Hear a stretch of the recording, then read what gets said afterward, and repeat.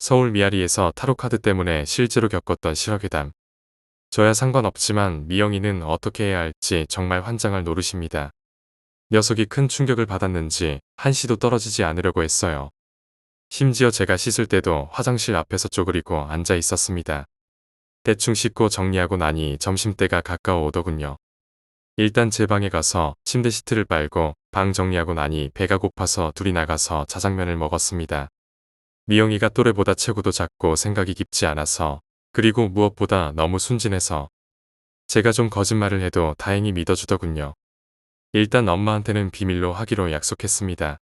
미영이네는 종교가 없대요. 그래서 미영이의 방에도 뭔가 해두어야 할 것 같았습니다. 특히 창문은 아까 청소할 때 소금으로 도배하듯 발라놓았죠. 하지만 그것만으로는 부족하다는 느낌이 들어서 이리저리 미영이를 데리고 돌아다녀 봤습니다. 미아리 쪽은 무당촌으로 유명하잖아요. 그래서 여러가지 도구와 용품을 파는 곳이 많습니다. 근처 용품점에 들러 주사와 방울, 염주 등을 사서 돌아왔어요. 돌아오는 길에 오피스텔 우편함을 살펴보았습니다. 쭉 살펴보니 유독 한 집만 우편물이 많이 쌓여 있더군요. 솔직히 여러 군데에 의심이 갔어요.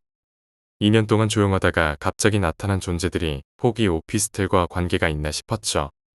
대충 호실 기억해놓고 미용인네로 돌아왔습니다. 주사를 곱게 갈아서 표시 나지 않게 방문 위와 천장, 창문 등에 발라놓았어요. 녀석이 옆에서 주사 가는 걸 보고 신기한 듯 쳐다봤습니다. 다 너를 위해 한 거야 라는 눈빛을 보내며 미영이 손목에도 염주 하나 채워주었습니다. 미영이가 물었습니다. 삼촌 이게 뭐야? 미영이를 보호해주는 거야. 잘 차고 있어야 돼. 어제 무지 놀랐지만 금세 명랑해진 미영이를 보고 다행이라고 생각했습니다. 거실에 앉아 있어도 어제의 황당함이 가시질 않았어요. 무엇보다 귀신이 2마리나 된다는 것이 충격이었고 왜 저나 미영이네에서 설치는지 궁금했습니다. 다른 집은 알 수 없었으니 그렇게 단정 짓기도 좀 그랬습니다. 이런 사태를 미영이 어머니께 어떻게 설명드려야 할지가 고민이었습니다. 미친놈 취급받을 게 뻔했죠.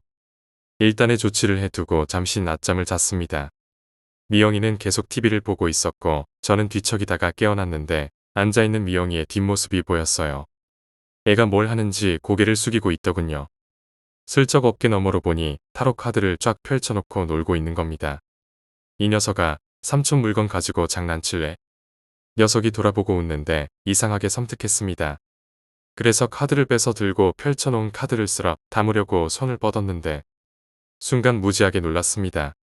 거실 바닥에 놓인 카드는 정확한 배열법에 의해 딱 균형 있게 놓여 있었어요. 물론 녀석이 그렇게 놓았다는 것이 우연일 수도 있죠. 이 배열법은 비교적 쉬운 배열이라 보통 애가 가지고 놀았다면 그림이 있는 쪽으로 즉 그림을 보면서 놀았겠죠. 하지만 지금 이 카드는 다 뒤집혀 있었거든요. 한번 고개를 갸웃하고 카드를 뒤집어 봤습니다. 제가 고개를 돌려서 미영이를 보며 말했죠. 미영아, 무슨 생각하면서 이거 가지고 놀았어? 애가 한참 고개를 갸웃거리더니 아빠라고 하더군요. 고개를 끄덕이며 카드를 읽어나가는데 도저히 무슨 말로 표현해야 될지 모르겠네요. 뭔가 제 머릿속에서 속삭이듯 표현을 해대는 것이 그냥 어떤 이미지가 떠오르기 시작하는 겁니다. 별로 좋지 않은 감정들, 격함, 짜증, 허탈한 느낌의 감정이 느껴졌어요. 2번째 카드를 뒤집었는데 춥다, 외롭다, 고통, 어둡다, 암울하다라는 느낌. 3번째 카드가 평온하다, 잠들고 싶다, 고요한 암흑처럼 깊은 잠에 빠진 것처럼 깨어나지 않을 깊은 잠 같은 느낌. 전 머리를 털고 카드를 챙겼습니다. 왜 멍청하게 카드를 생각 못했는지 아직도 아쉽습니다만 정말 멍청하게도 설마 카드라는 생각은 아예 할 수 없었습니다. 그리고 저녁 때까지 놀다가 어제 먹다 남은 고기랑 잡채로 요리해 주었더니 맛있다고 잘 먹었습니다. 어둠이 내려앉자 자꾸 신경이 날카로워지고 답답함이 느껴졌습니다. 딩동벨이 울립니다. 미영이가 쫓아나갔어요. 미영이 어머니께서 돌아오셨습니다. 저는 대충 커피 한 잔 얻어먹고 미영이랑 재미나게 놀았다고 이야기하고 미영이도 삼촌이 자장면도 사주고 잡채도 해줬다며 맞장구쳐 주었습니다. 혹시 녀석이 귀신 이야기 꺼낼까봐 조심조심했는데 다행히 그런 이야기는 안 하더군요. 인사하고 제 방에 돌아온 시간이 11시경 정도였습니다. 오디오는 불타서 버렸고 컴퓨터 기도문 돌리다가 어제 들은 클래식이 생각났습니다. 음원 기억해내고 여러 클래식을 찾다가 드디어 그 바이올린 소리와 똑같은 소리의 출처를 찾아냈어요. 미영이 어머니 방에서 나던 그 클래식 말입니다. 솔직히 CD를 빼서 목록 보면 나올 터이지만 남의 방에 함부로 들어가기도 그렇고 또 만진 흔적 보이면 그래서 어제 전원 코드를 뽑아버리고 안 꽂아 두었습니다. 지금 들으니 바이올린 소리가 참 경쾌합니다. 이렇게 아름다운 춤곡이 어찌 어제는 그렇게 무섭게 들렸나 했습니다. 이때부터 제가 클래식을 좋아하게 된 계기였습니다. 혼자 음악에 파묻히다 보니 마음이 좀 가라앉더군요. 의자에 앉아서 책상 위로 발을 턱 걸치고 혼자 팔 흔들어 가면서 감상하고 있었습니다. 헌데 음악에 계속 집중하고 있으려니 어깨가 많이 뻐근함을 느낍니다. 담배 한 대 피면서 생각 좀 하다가 몸이 너무 찌푸둥해서 따뜻한 물로 샤워 좀 해야겠다고 생각했습니다. 화장실에서 샤워하고 나서 거울 보면서 머리를 털었습니다. 막발에 물기 털고 나오려고 화장실 문 손잡이를 잡는데 뭔가 뒷골이 싸늘한 기분에 살짝 뒤돌아봤습니다. 그때 제가 화장실 불 끄려고 막 스위치를 누른 참이었습니다. 확 밝은 상태에서 확 어두워졌는데 뭔가 딱 불이 꺼진 그 짧은 순간에 1초 정도 되는 그 순간에 제 눈에 비춰졌던 화장실 벽의 빨간 점 2개가 어둠 속에서 있었습니다. 그 순간 딱 어두워졌는데 눈에 아직도 빨간 색상이 아른거렸습니다. 재빨리 화장실 문을 잠그고 뛰쳐나와 숨을 몰아쉬었습니다. 그리고 소금 가지고 나와서 화장실 문 앞에 졸 뿌렸죠. 허겁지겁 혼이 나간 상태로 튀어나가 클래식을 끄고 주기도문 CD 돌리고 염주랑 십자가 목에 걸고 속옷을 입었습니다. 혼자 침대 위에 앉아서 이불 뒤집어 쓰고 가슴에 반야심경책 딱 붙이고 한동안 있었습니다.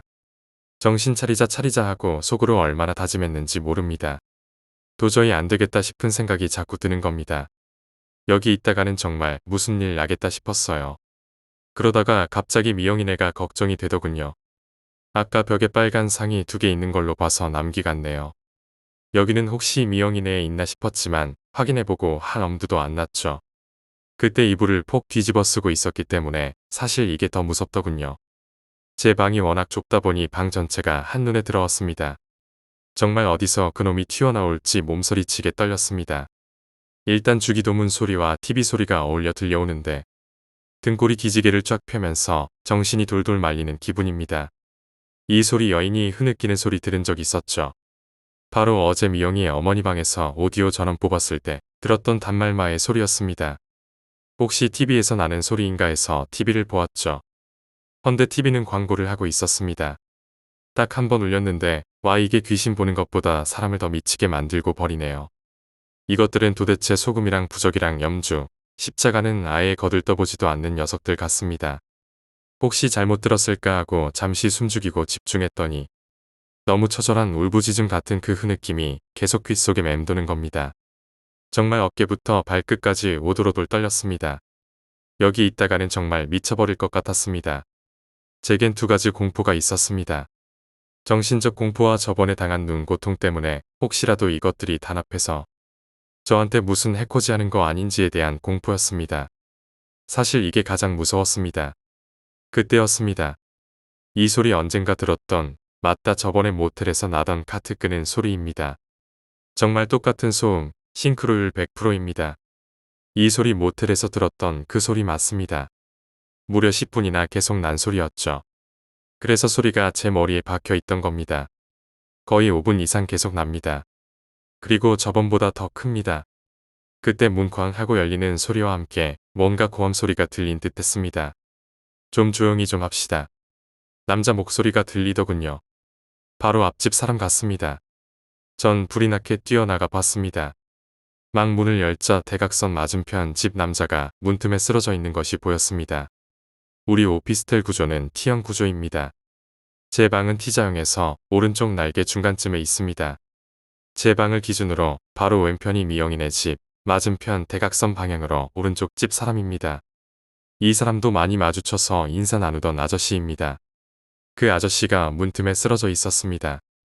그리고 근처 몇 분인가 문을 열고 내다보더군요. 그만큼 소리가 컸습니다. 아저씨 비명 소리가 말이죠. 제가 제일 가까웠으므로 냅다 뛰었죠. 아저씨, 정신 차리세요. 그 집 사람도 뛰어나오더군요.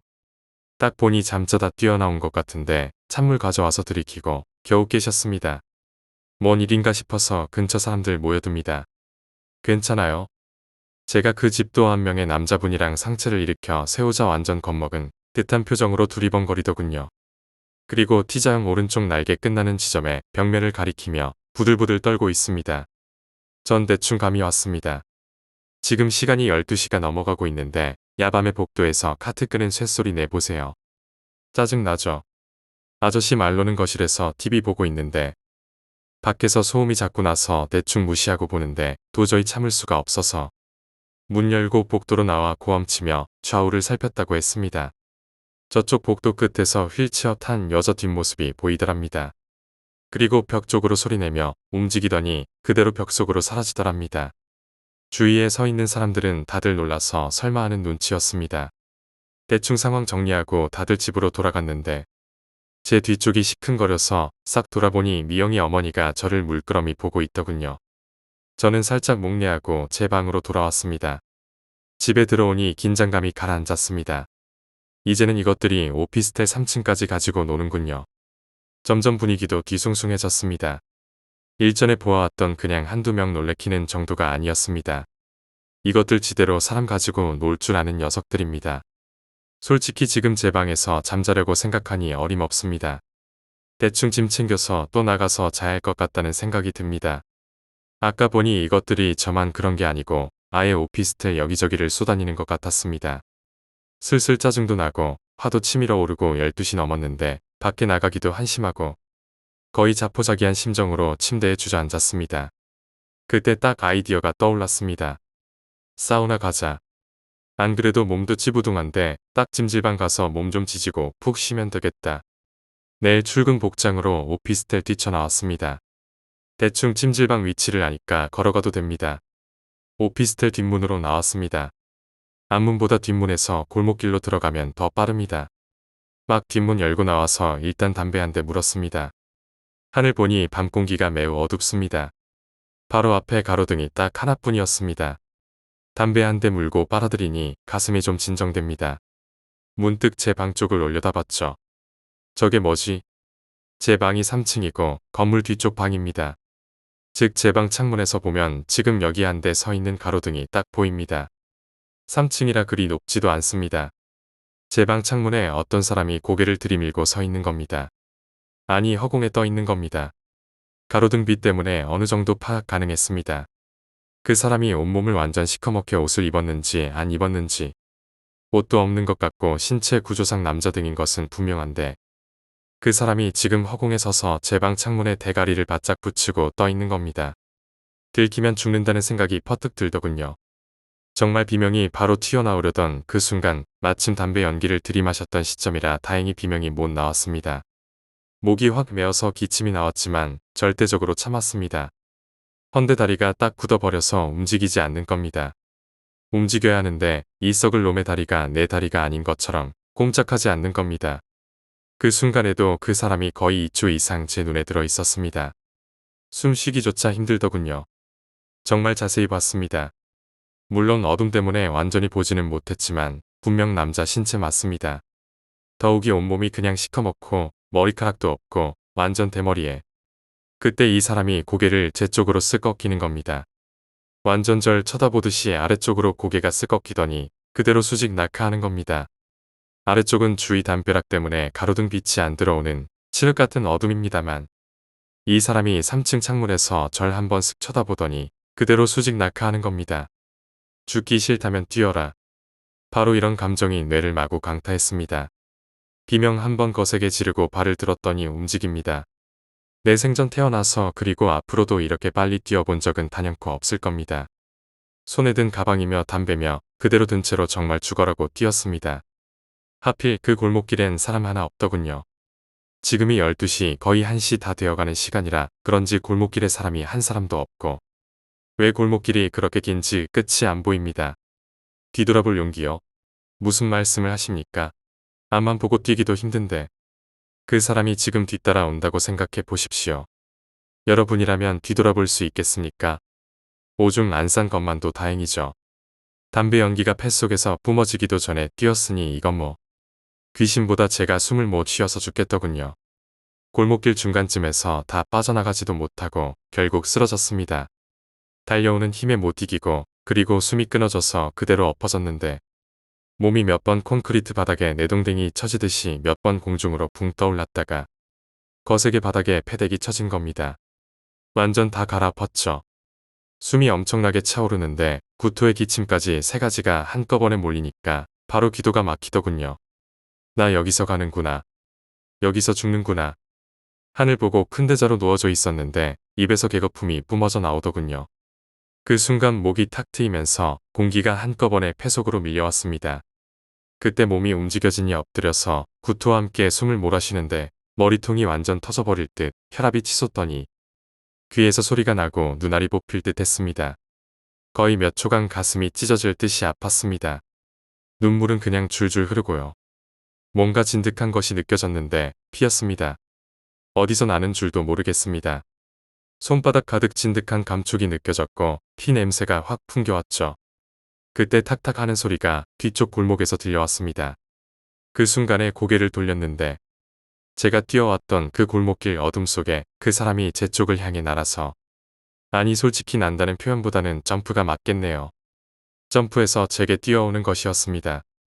고통이 밀려왔는데 한쪽 팔이 감각이 없는 것이 무지 아픕니다. 일단 일어나서 다시 뛰어야 했는데 숨이 너무 차서 헉헉거리는 게 제가 할 수 있는 유일한 행동이었죠. 이건 뭐 도저히 숨이 막히고 온몸이 딱 뭐에 눌린 듯해서 꼼짝을 못했습니다. 그때 정면에서 갑자기 두 개의 불빛이 싹 들어오는 겁니다. 다행히 자동차 헤드라이트 불빛입니다. 싹 뒤돌아보니 역시 그 사람이 펄쩍펄쩍 뛰어오는 것이 보였습니다. 차가 먼저냐 저 사람이 먼저냐였죠. 다행히 차가 빠르더군요. 정말 생각하기도 싫은 모습입니다. 완전 공포영화 저리 가라였죠. 다시는 보기 싫은 모습입니다. 이윽고 제 귀에 점점 가까워 오는 차 소리를 들을 수 있었죠.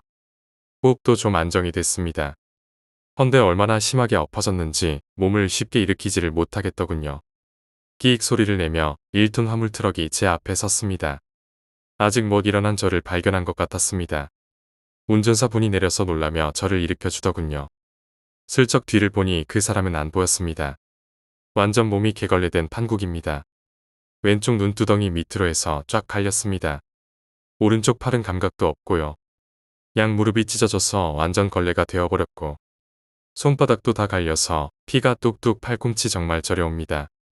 양복이 다 뜯겨 나갔더군요. 자동차 불빛이 있어서 확인 가능했습니다. 운전사분이 휴지를 꺼내주셔서 대충 손에 둘둘 감았습니다. 감사합니다라고 인사드리고 골목길 벗어날 때까지 태워달라고 했습니다. 몰골이 완전 말이 아니어서 아저씨는 태워주셨습니다. 오밤중에 약국 문연 곳도 없을 테고 병원이라 봐야 응급실이고 완전 한쪽 안면이 옥신옥신하는데 피는 계속 흐르고 트럭 타고 나오는데 온몸이 고통에 완전 죽을 맛입니다. 트럭 화물칸에서 뭔가 무거운 것이 떨어진 듯 쿵하고 소리가 났습니다. 아저씨 뭔 소리입니까? 뒤에 아무것도 안 실렸는데 아저씨가 잠시 차를 세우려고 해서 저는 다급하게 골목길 벗어날 때까지 그냥 가자고 했습니다. 너무 아파서 택시 잡고 병원 가야 하니까 택시 잡을 수 있도록 큰 도로까지 빨리 부탁한다고 하자.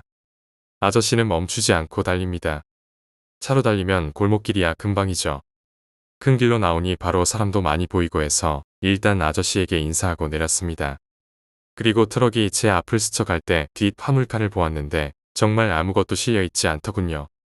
완전 빈 화물칸이었습니다. 그러면 아까 그 소리는 그 사람이 화물차 뒤에까지 따라온 겁니다. 제 몸에 꿀 발랐는지 이 사람이 왜 저한테 그렇게 집착하는지 몰랐습니다. 하지만 그때도 역시 타로를 가지고 있었지요. 가방 안에 말입니다. 제 몰골이 거의 완전 누가 보더라도 사고당했다고 느낄 만큼 말이 아니었죠. 그러니 지나가는 사람이 다 쳐다봤습니다.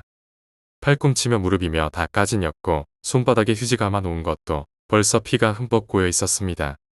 도저히 뭐 방법이 없더군요. 택시 잡아 타고 가까운 병원부터 가보자 했습니다. 병원에서 피 닦아내고 소독하고 팔하고 손목하고는 발목 접질린 것처럼 인대가 늘어난 것 같다고 하더군요. 대충 붕대 쳐매고 주사 한 대 맞고 나왔습니다. 이 야밤에 피 묻은 옷 입고 얼굴에 붕대 쳐매고 어디 가겠습니까? 그래서 다시 집으로 갔습니다. PC방 갈까 하다가 그것도 지금 꼴이 말이 아니기에 포기했죠. 오피스텔 앞에서 일단 택시를 내리긴 내렸는데 들어갈 용기가 안 나더군요. 여긴 정문이라 그나마 불빛이 많아서 연달아 담배 벌써 5대를 피웠습니다. 문고리 잡는데 진짜로 떨리더군요. 고통도 엄청났고 얼굴도 쑤시고 팔도 저리고 무릎도 따끔거렸습니다. 진짜 반야심경 줄줄 외우면서 아니 외치면서 들어갔습니다. 방에 들어가자마자 잽싸게 불부터 켜고 TV 켜고 컴퓨터 켜고 창문 쪽으로 다가가는데 살이 아니 내장이 다 떨렸습니다. 벽에 걸린 108념주 내려서 창문 가운데에 집어 던지듯이 걸었습니다. 그리고 반야심경 펼쳐서 창문에 딱 세워두었죠. 이건 효과가 좀 큽니다. 제 아무리 날고기는 놈이라도 염주하고 반야심경이 딱 펼쳐져 있는데 그걸 뚫고 들어올 귀신은 없을 듯 했습니다. 옷 벗는데 고통이 말로 할 수 없을 정도였습니다. 단벌 춘추복인데 완전 개걸레가 됐습니다. 껍데기 벗듯이 벗어놓고 화장실 들어갔습니다. 화장실 여러 군데에 소금 졸라 뿌렸습니다. 소금 한 움큼 쥐고 화장실 허공에다 막 뿌렸습니다. 그리고 불 켰죠. 붕대 때문에 씻기도 힘듭니다. 겨우 핏물 좀 씻어내고 화장실 문 활짝 열어두고 기어 나왔습니다. 침대 위에 누웠더니 입에서 신음소리가 절로 나왔습니다. 끙끙 앓았어요. 냉장고 열어보니 마침 먹다 남은 소주가 있길래 참치캔 하나 따서 소주를 마셨습니다. 이미 진통제 한 방 맞고 나왔는데도 고통이 너무 심합니다. 제 방에는 거울이 없으므로 유일하게 화장실 안에만 있습니다. 아까 씻으면서 보니 얼굴이 완전 갈려서 붕대를 쳐매었더니 누가 봐도 중환자 같았습니다. 소주 한 병 가까이 마셨는데 급하게 퍼마셨더니 사실 일부러 그렇게 마신 거지만 머리가 핑하고 윙윙거리더니 눈이 절로 막 감기기 시작하더군요. 에라이 하면서 침대에 그대로 넉다운 돼 버렸죠. 눈이 부셔서 깼습니다. 벌써 아침이더군요. 부장한테 전화했습니다. 어제 저녁에 교통사고 나서 야간에 병원 실려갔다가 치료받고 나와서 집에 누워있다고. 오늘 아니 며칠 회사 힘들 것 같다고요. 이 부장놈이 사람 다쳤는데 괜찮냐고 하는 것이 아니라 이러쿵저러쿵 잔소리를 해댑니다. 사실 이때 벌써 제 마음이 어느 정도 결정난 상태였습니다. 무역회사 사장 녀석이 저보고 내려오라고 작년 말부터 계속 꼬시고 있었거든요. 이제 슬슬 결심이 선 상태였습니다. 월급도 비슷한 수준으로 맞춰준다고 하니 이 안 입고 온 서울생활 청산하려고 갈등하고 있었는데 이 부장 소리가 확실히 결심을 하게 만들더군요. 솔직히 비전도 없었고 제가 원하는 스타일도 아니고 또 일이 제가 원하는 일이 아니었기 때문에 마음먹기 쉬웠습니다. 오전 내내 멍하니 누워 있었습니다. 어제의 결과물로 한쪽 손목 인대 파손, 양 무릎 가짐, 한쪽 팔꿈치 아작, 왼쪽 눈두덩이와 볼탱이 싹 갈렸죠. 약국에 들러서 여분 붕대하고 소독약 사러 가야 했습니다. 그때 생각난 게 있어서 전화기 들고 임모군에게 연락했습니다. 추측이 맞았습니다. 요즘 녀석이 주식한다고 집구석에 하루 종일 처박혀 있다고 심심하니 놀러 오라고 합니다. 며칠 묵어도 괜찮겠냐 했더니 흔쾌히 오케이 합니다. 잘됐다 싶어서 짐 싸고 그대로 날랐습니다. 녀석은 강남에 있어서 택시 타고 달렸죠. 임군이 저를 보더니 놀라서 눈이 휘둥그레집니다. 그래도 우리 세대는 의리 빼면 시체죠. 녀석 집은 혼자 사는데 정말 의리가 있습니다. 회사에서 마련해준 아파트입니다. 녀석이 하는 짓거리가 좀 거시기 한 일이었고 프리랜서였습니다. 여하튼 중소기업에서 녀석 모르는 간첩이라 할 만큼 뒷거래 전문 딜러입니다. 그래서 한번 해줄 때마다 돈이 좀 되는 모양입니다.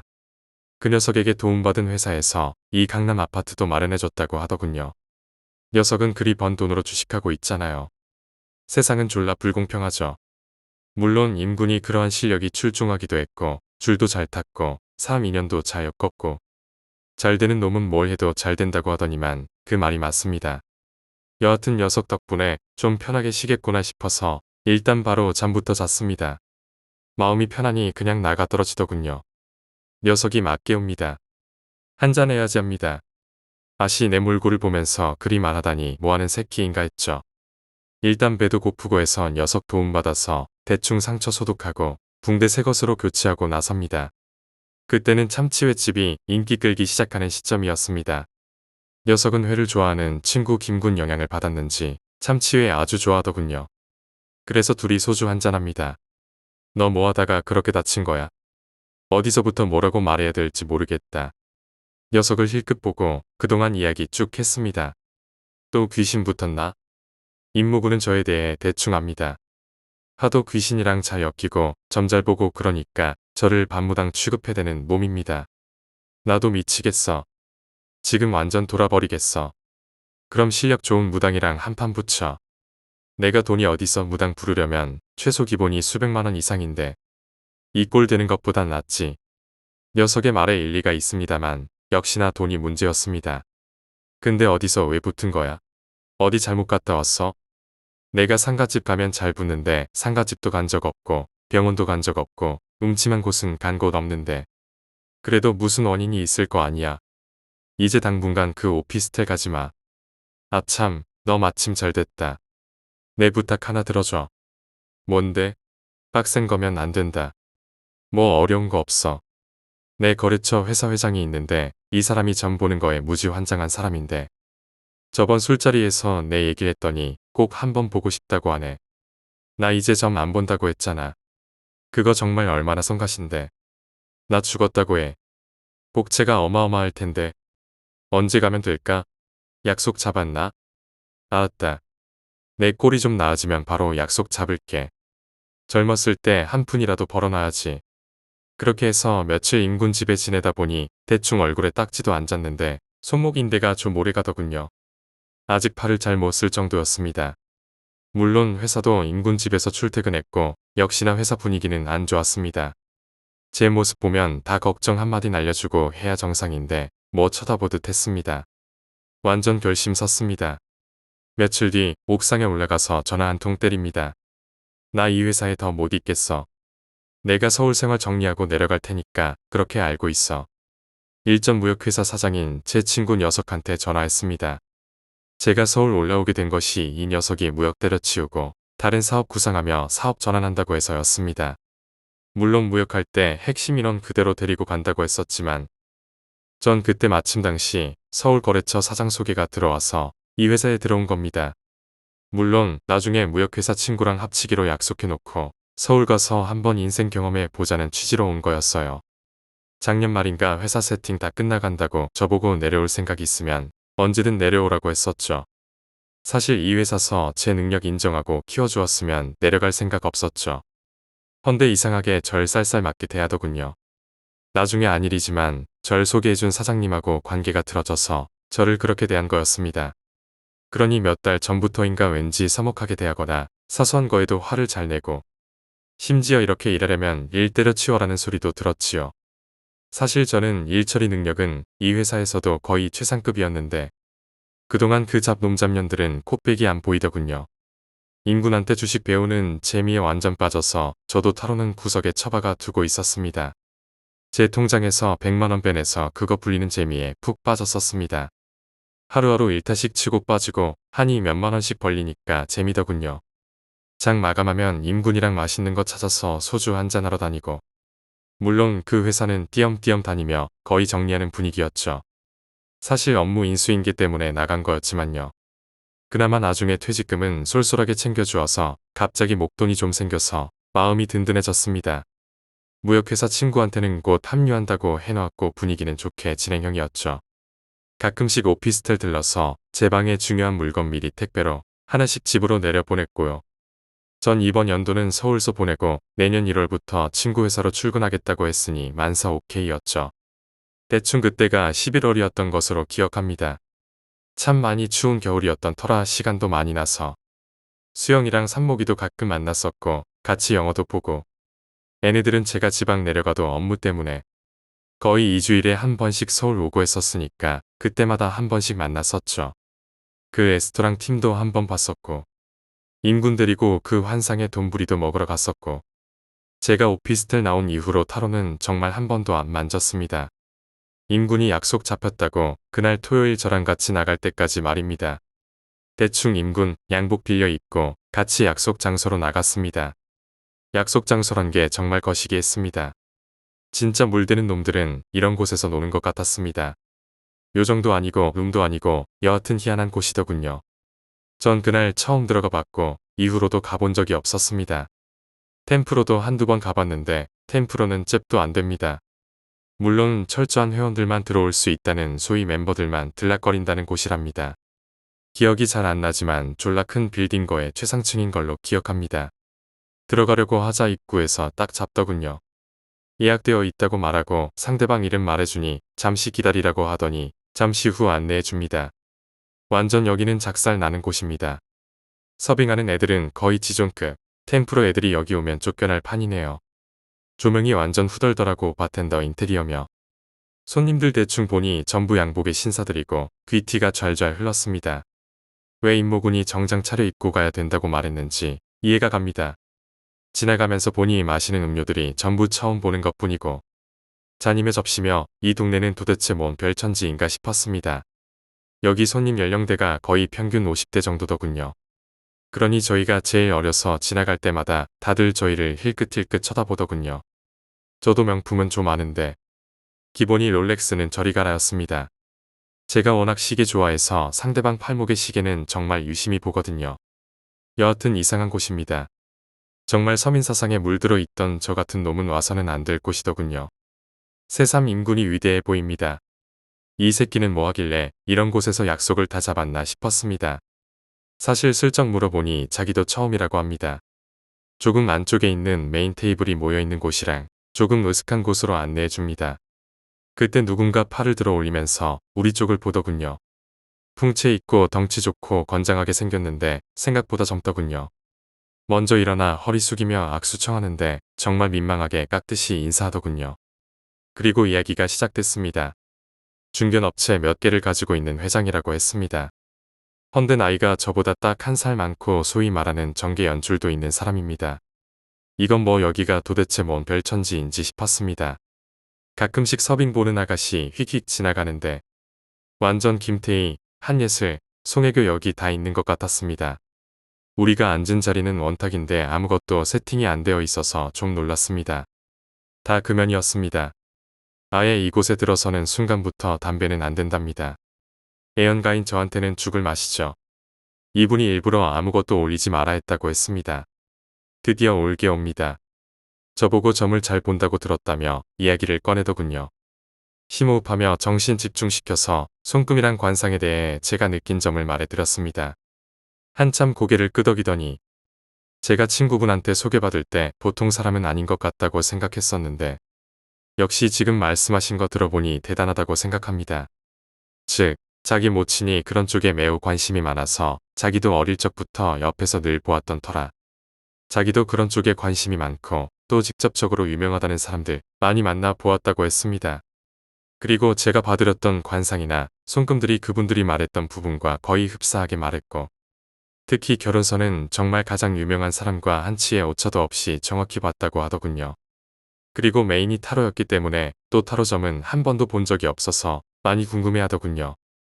사실 타로점은 별거 아닌데 제가 미리 준비해둔 스프레드 천을 원탁에 쫙 펼쳐 깔았습니다. 그리고 셔플을 하기 시작했죠. 물론 이분의 관심사는 지금 진행하는 사업의 비전이던가 그런 쪽이었는데 솔직히 그날따라 제가 점발이 확실히 살아있었거든요. 저도 점 볼 때는 감으로 오늘 점발이 받는 날인지 아닌지 알 수 있습니다. 왜 소주 첫 잔 마셔보면 코에서 김 빠지는 날은 술 안 받는 날이고 목구멍에 매끄럽게 넘어가는 날은 술 잘 받는 날이죠. 그런 거랑 비슷한 느낌입니다. 먼저 관상이랑 손금 봐드릴 때 느꼈죠. 오늘 점발 좀 받는 것 같다고요. 타로점을 봐드렸는데 그날도 역시나 제 어깨가 묵직해지더니 온몸이 무거워짐을 느꼈습니다. 이상하게 고딕 타로로 점을 볼 때마다 느꼈던 그 느낌이었죠. 그리고 그날 제가 거의 신점이 나왔습니다. 점괘가 거의 환상적으로 나왔다는 것이죠. 이분이 감탄에 맞이했는데 사실 그때 이분께 직설적으로 말씀드렸던 점괘는 그리 좋은 점은 아니었던 걸로 기억합니다. 상세한 내용은 말씀드릴 수 없지만 회사가 어떻게 되라는 거에 예언적 점괘였죠. 이분이 심지어 작은 수첩에 메모까지 하는 열성을 보이더군요. 물론 그때 제가 봐드렸던 점괘는 향후 5년에 걸쳐 순차적으로 싹 다 일어났습니다. 이 일 이후에 몇 번 더 저를 찾으셨는데 제가 만나기 곤란한 시점도 있었습니다. 한 번은 제가 해외 파견 나가 있는데 우연히 임군 때문에 전화가 연결되었는데 어디냐고 묻더니 비행기 예약하고 바로 가겠다고 하고 다음날 오셨습니다. 다 봐드리고 잠시 침묵이 흘렀습니다.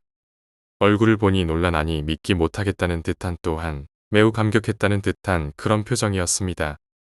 저한테 다시 한번 악수를 청하더군요. 임군 덕분에 정말 훌륭한 분 만나 뵙게 되어 영광이라고. 당신이 더 대단한 분인데 참 매너는 완전 죽이더만요. 돈 많지 잘생겼지 풍채 좋지 매나 작살이지. 난 도대체 뭐야. 세상이 왜 이리 불공평해라는 생각이 들더군요. 그리고 지갑을 열어복채라고 한 장 내미는데 진짜 정색하고 거절했습니다. 절대 받을 수 없다고 말이죠. 정말 임군이 팔꿈치로 제 옆구리를 치지만 않았다면 그냥 안 받았을 겁니다. 문제는 여기서 끝나지 않았습니다.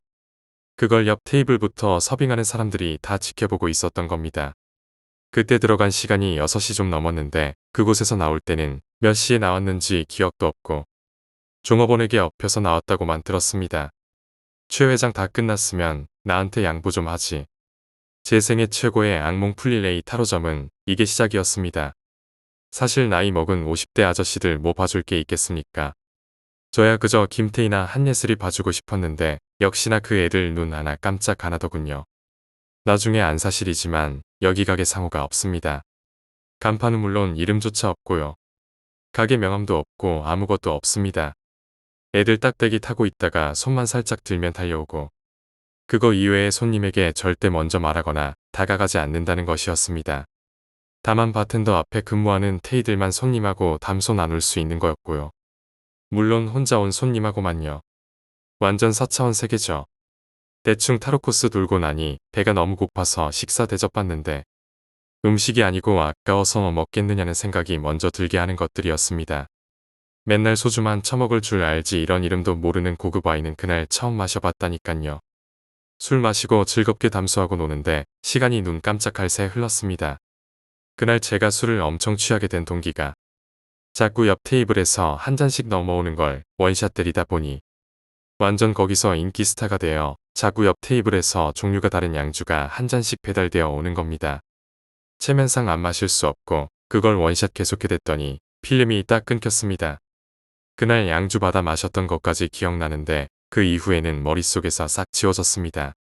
그날 얼마 벌었는지는 평생 저만 기억하려 합니다. 문제는 그게 아니죠. 제가 속이 너무 쓰리고 그것이 왕림하셔서 눈 뜨자마자 그것이 목구멍을 치고 올라오는데 저 정말 이 악물고 부들부들 떨면서 버텼습니다. 앞으로 평생 이런 고급 요리 먹을 일 없다고 판단되는 순간 조금이라도 뱃속에 담아 두고 싶은 겁니다. 비록 돈이 되어 나오더라도 그 순간까지는 뱃속에 담아 두고픈 간절한 소망이었죠. 헌데 여기가 어딘지도 모르겠습니다. 침대 위인 건 알겠는데 정말 넓고 푹신푹신하더군요. 일단 엉덩이 치켜들고 있는 한도까지 버텼습니다. 화장실로 내달렸습니다. 다행히 화장실 쪽은 불이 들어와 있어서 잽싸게 뛰었죠. 이 아까운 요리가 화장실 타일 위에 수놓아집니다. 정말 얼마나 뱃속에 쳐넣었는지 끝도 없이 쏟아지더군요. 평생 맛볼까 말까 한 최고급 양주를 마지막 한 방울까지 기워내고서야 겨우 멈췄습니다. 거의 화장실 바닥에 큰 대자로 뻗어버렸습니다. 정신 차리고 일어나 보니 화장실 바닥에 아름답게 퍼져 있는 그것을 볼 때 눈물이 핑 돌더군요. 밖에 나가서 대충 옷 홀딱 벗고 화장실 청소부터 시작했습니다. 그리고 뜨거운 물 가득 받아서 반신욕 좀 해서 땀 좀 뺐습니다. 그제서야 여기가 어디지 했습니다. 마침 타월에 새겨진 글을 보았는데 서울에서도 몇 손가락에 꼽히는 5성급 호텔이더군요.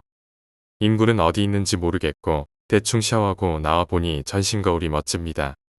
조명이 많이 어두운 그곳에서 물기 닦고 거울 보면서 서 있었습니다. 어깨 쪽이 많이 결린다는 잠시 생각은 했었는데 거울에 제 어깨 쪽에 뭔가 회색빛 낀 물건이 걸쳐져 있는 겁니다. 그것도 양쪽으로요. 제가 안경을 안 쓰고 있었고 뜨거운 물 때문에 수증기가 많이 서려 있어서 잘 안 보여서 옆에다 물 한 바가지 담아서 뿌렸는데 이게 뭐야? 사람발. 머리가 울렁거리고 속이 뒤집혀서 따끔거렸습니다. 정신을 차리긴 했는데 뭔가 이상한 소리가 계속 들렸습니다. 엉겁결에 화장실로 기어 나왔는데 휴대폰 소리였습니다. 여보세요. 몇 호실이고 정신은 차렸어? 잠깐만, 여기 1002호. 알았어, 잠깐만 기다려. 잠시 후 임군이 들어왔습니다. 저도 화장실로 뛰어가서 전신 거울에 비춰봤습니다. 아무 일 없었습니다. 볼품없는 초라한 몸 하나 덩그러니 있었습니다. 다행히 방울 2개는 건재하더군요. 사실 이거 하나만 잘 간직하면 됐지 싶습니다. 밖에 나와서 뜨끈한 곰탕 한 그릇 먹었습니다. 옆에서 임군이 어제 일로 난리였습니다. 저는 곰탕이 입으로 들어가는지 코로 들어가는지 몰랐지만 임군은 제 덕분에 한 건 챙기게 생겼다고 말했습니다. 어제 저 어깨 위에 목마타고 있던 여자가 머릿속에서 떠나질 않았습니다. 여자인지 어떻게 아냐면 제 어깨에 걸치고 있던 발의 형태가 여자인 건 금방 알아챘습니다. 대충 먹고 임군 집으로 갔습니다.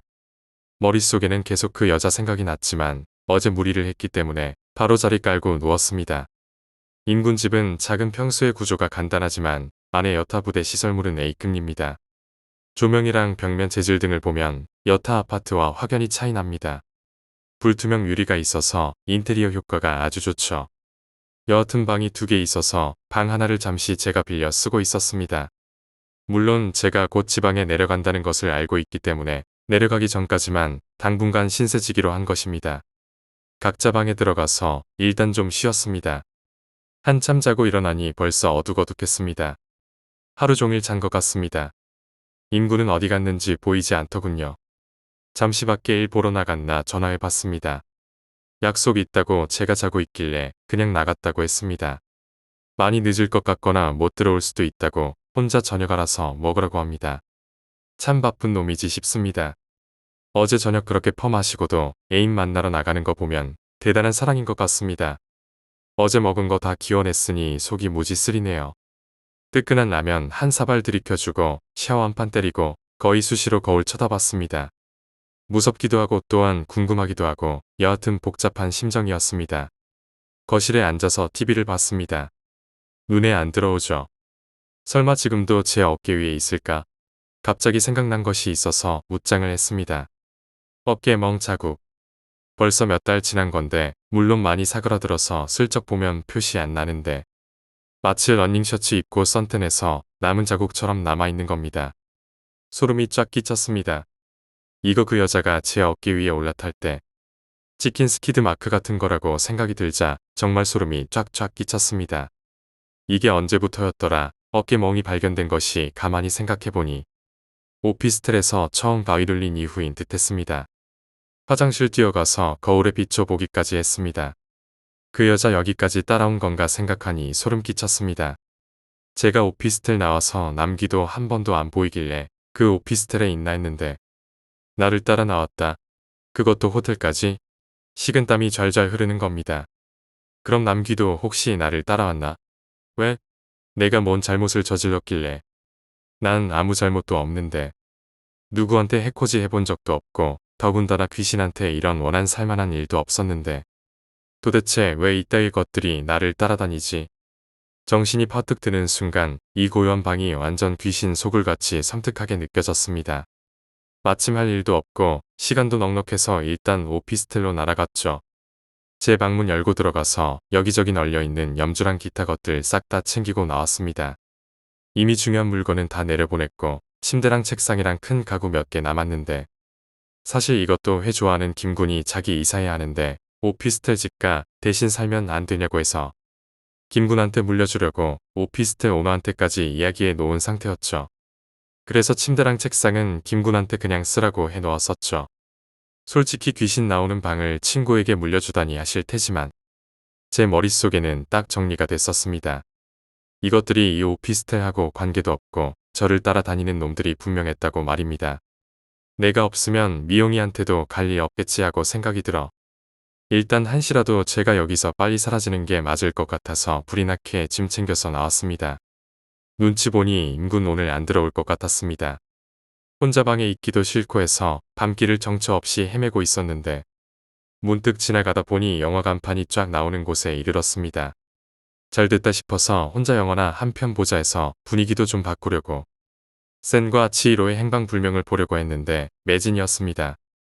어쩔 수 없이 다음 회차표 끊고 혼자 놀기 신공 발휘해서 여기저기 발품 팔며 돌아다녔습니다.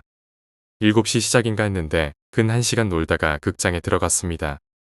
거기서 영화도 보고 저녁도 때울 겸 햄버거 세트 하나 챙겨서 영화관에 들어갔습니다. 미야자키 하라범 거는 거의 다 본 저였기에 그 전에 히메 사마것도 봤었죠. 솔직히 전 모노노케의 히메가 더 좋았는데 센과 치히로는 조금 몽환적 분위기더군요. 영화 보면 잊혀질까 했는데 센과 치히로도 요괴나 귀신이나 신들 이야기라 자꾸 귀가 가려웠습니다. 머리 좀 비우려고 들어왔는데 더 생각나게 된 거였죠. 영화 끝나고 전 사람 다 빠져나가고 난 다음 슬슬 일어섰습니다. 그새 귀신이 눈앞에서 공중제비를 넘거나 3층에서 떨어지는 것도 다 괜찮습니다. 다만 그 여자가 제 어깨에 목마타고 있었다고 생각하니까 정말 미치겠습니다. 솔직히 그것 때문에 공포감이 계속 극대화된 상태였습니다. 시간이 좀 돼서 이제 슬슬 들어가 볼까 했지만 빈집에 혼자 있기 정말 싫었습니다. 대충 인근 아파트까지 왔는데 쉬이 들어가질 못하고 주위를 맴돌다 보니 마침 어린이 놀이터가 있길래 그네에 앉아서 담배 한 대 땡깁니다. 거진 10시 가까이 됐으니 혼자 멍하니 휴대폰 한번 날려봅니다. 너 언제쯤 들어와? 못 올 수도 있다고. 재미있게 놀아라. 분위기 보니 안 들어올 모양입니다. 휴대폰을 딱 안주머니 속에 넣었습니다. 그때 제 그네는 슬슬 움직이고 있었죠. 놀이터라 주위 가로등이 딱 있어서 여긴 그래도 제법 밝거든요. 뭔 소리인지 그때까지는 소름이 돋지 않아서 주위를 휘둘러 보았는데 아무것도 없었습니다. 다시 담배 한 모금 땡기는데 이게 마치 뭐랄까 탁탁 튕기는 듯한 굉장히 빠른 소리 같았습니다. 뭔가 튕기는 듯한 소음이 탁탁 2번 연속 들리니까 느낌이 조금 이상했습니다. 전 담배 비벼 끄고 일어섰습니다. 그리고 인근 방 쪽으로 조금 빠른 걸음으로 걸어갔죠. 그때 뒤쪽에서 또 타타닥 하는 소리가 들리길래 무심코 뒤돌아봤죠. 놀이터 그리고 제가 앉아있던 그네가 끄떡끄떡 움직이더군요. 제가 튕기듯이 일어났기 때문에 반발력으로 흔들거리는 거겠죠. 근데 옆에 가만히 있던 그네는 왜 움직입니까? 분명 제 눈에는 움직이는 그네가 2개인 걸로 보이네요. 슬슬 뒷걸음질 치듯이 그 자리를 빠져나왔습니다. 인구는 좀 높은 곳에 살아서 15층입니다. 엘리베이터 누르는데 자꾸 뒷덜미가 찌릿찌릿한 겁니다. 엘리베이터 올라타고 잽싸게 15층 버튼을 누르는데 엘리베이터 안에 거울이 있더군요. 다행히 아무것도 없는 터라 한숨을 내쉬었습니다. 15층까지 올라가는데 왜 이리 떨리는지. 좁은 공간이라 답답하기도 하고 이게 갑자기 멈춰져서 전기도 나가고 그 다음 그 귀신들이 갑자기 나타나면 이런 생각이 꼬리에 꼬리를 물자 등줄기로 식은땀이 줄줄 흐릅니다. 이래서 엘리베이터가 싫지 말입니다. 문 열리자마자 바로 튀어나옵니다. 일단 집에 들어가서 모든 조명기구 풀도 온시키고 널널한 체육복으로 싹 갈아입고 거실에 앉아서 TV 소리 진짜 크게 틀어놓고 놉니다. 온몸에 왼손에 염주, 오른손에 묵주, 목에 십자가랑 108염주 걸고 반야심경 옆에 두고 사실 귀신도 종교적 물품에 정말 예민한 것은 사실입니다. 더욱이 자기가 죽기 전에 단 한 번이라도 믿음을 가졌던 종교에 대한 물품은 정말 싫어하죠. 즉, 살아생전 교인이었던 사람은 염주보다 묵주를 더 무서워하고 천수경보다 주기도문을 극악적으로 싫어하죠. 반대로 불교 신자였던 경우는 염주나 묵주 보면 바로 주랭랑이죠. 다만 무신론이었던 사람은 의외로 이런 물품에 강합니다. 더욱이 악행을 일삼다 죽은 귀신들은 이걸 무시하기도 하지요. 워낙 쌓은 악행이 커서 이런 약발이 잘 안 듣죠. 그리고 어떤 물건에 깃든 귀신들은 그 물건을 제압하지 않는 이상 거칠 것이 없이 설치는 놈들이죠. 이 두 놈들처럼 말입니다. 여하튼 시계는 10시를 헐 넘어가고 있던 시점이었습니다. 두 방 사이에는 불투명 유리가 저렇게 설치되어 있습니다. 뒤쪽은 사람 하나 지나다닐 공간인데 잡동사니가 처박혀 있어서 못 들어가는 상태이고 그 앞에 TV가 있어서 바로 쳐다보면 뒤쪽 투명 유리가 보이죠. 인군한테 왜 이렇게 귀찮게 해놨냐고 물어봤던 적이 있는데 먼저 살던 사람들이 저렇게 인테리어 해놨다고 하더군요. 자기도 여기 계속 살 것도 아니고 해서 그냥 그대로 몸만 와서 살 뿐이라고 했습니다. 한창 TV에 열중하고 있는데 뒤쪽 불투명 유리판에 이상하게 자꾸 시선이 가기 시작하는 겁니다. 거실 조명이 밝기 때문에 대단히 무섭지는 않았지만 왜 그런지는 모르겠지만 자꾸 기분이 안 좋은 상태였습니다. 일단 제 어깨 위에 그 여자가 자꾸 올라탄다면 이제부터 108염주랑 십자가랑 절대 안 벗을 생각입니다.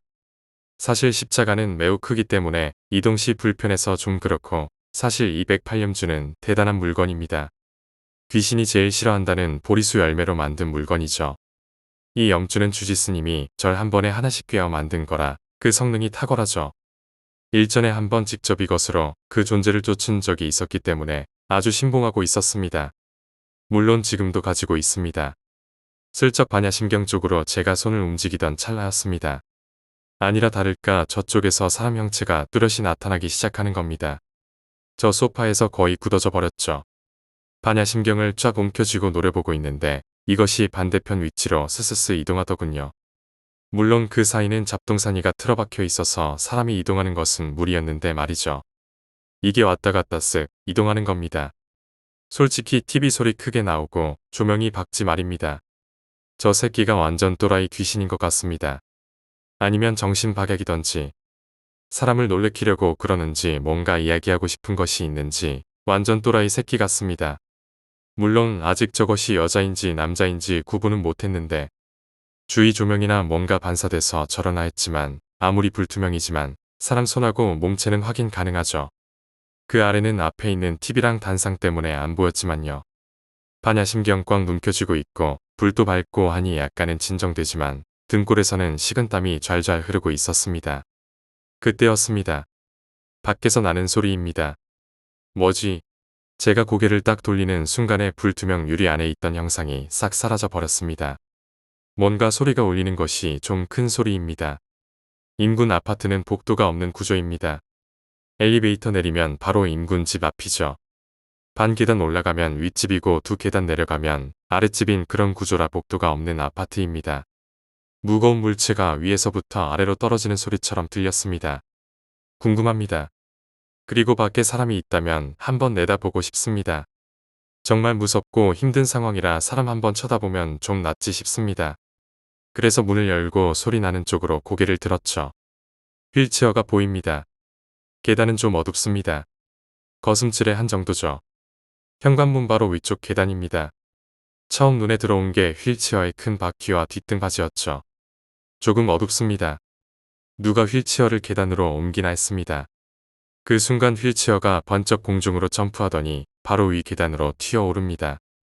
이게 밑으로 떨어지는 것이 아니라 점프해서 위로 올라가더군요.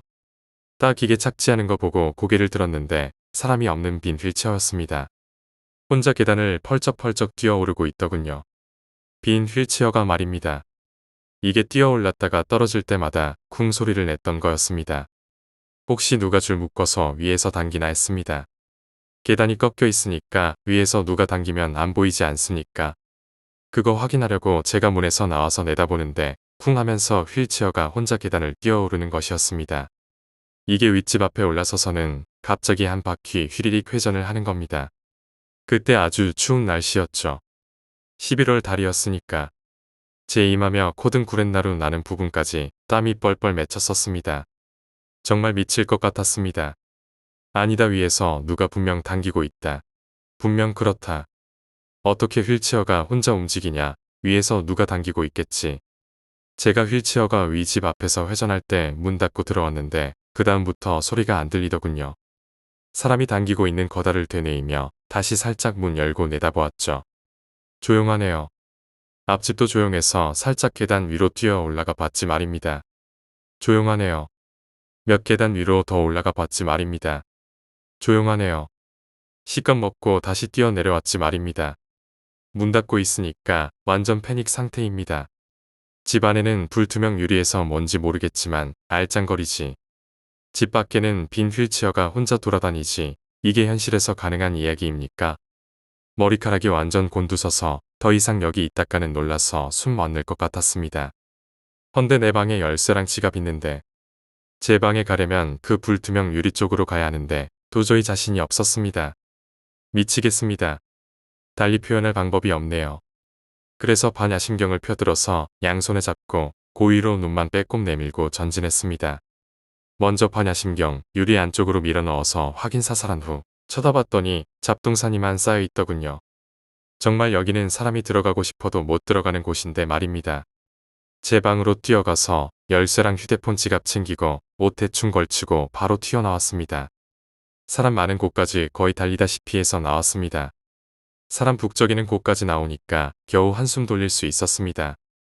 정말 미치고 환장하고 사람 염통 쪼그라드는 시간이었습니다. 휴대폰이 울립니다. 지할 말만 하고 딱 끊는 개념 만땅인 행동을 보시라. 다시 전화해도 계속 통화 중입니다. 저한테 이야기하고 지 애인이랑 전화기 붙잡고 있는 듯 했습니다. 짐 대충 걸친 외출복에 주머니에 지갑이랑 열쇠, 휴대폰 그리고 담배 한 갑뿐입니다. 몇 번 전화 시도 더 해봤는데 얼마나 전화기를 잡고 있는지. 제 번호 찍혔으면 그냥 연결하면 될 텐데 이 새끼한테 문자했습니다. 지금 집안에 귀신이 있으니 들어가면 죽는다. 정말 처량하게 보도블록 위에서 쪼그리고 앉아서 담배 피고 있었습니다. 한 10분 정도 지났나 담배 3개 피우고 있었을 때 전화가 왔습니다. 진짜야? 일부러 그러는 거 아니고. 진짜라니까. 나 지금 밖에 도망 나와 있어.